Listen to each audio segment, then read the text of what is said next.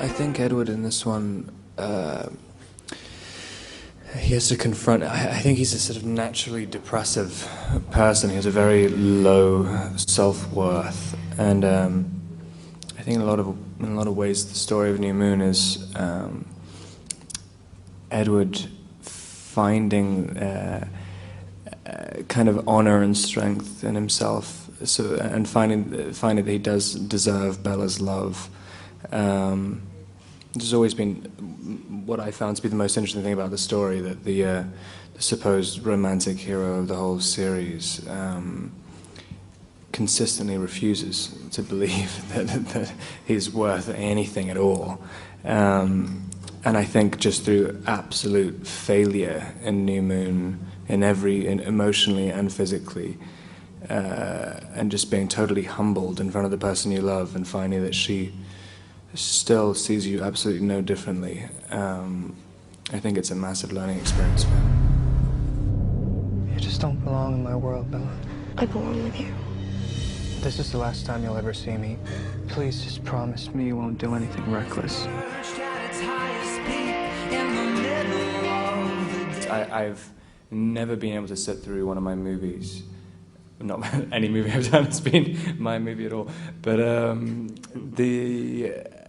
anything which I've been involved in, I always found it excruciating. And the last time I watched I guess the final cut of this, I only realized afterwards what I didn't realize I was in it, really, which I can say, which is probably the biggest compliment I can give something to something I'm in.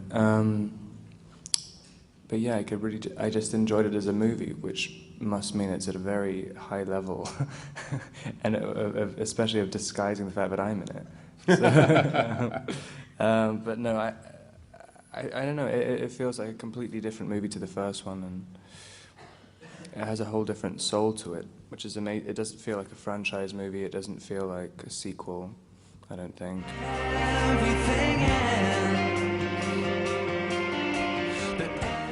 The movies are all done in such a short period of time. I mean, we've already shot 3 of the 4 in the series.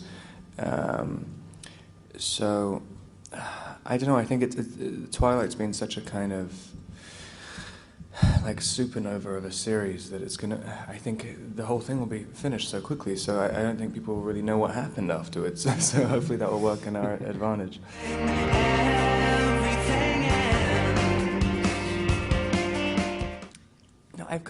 I've always been kind of fascinated by Wesley Snipes, so I think I'd have to say Blade. But I mean, not necessarily because of the individual movie. I like his kind of energy, and yeah, I think probably Blade, but I don't have really a specific one.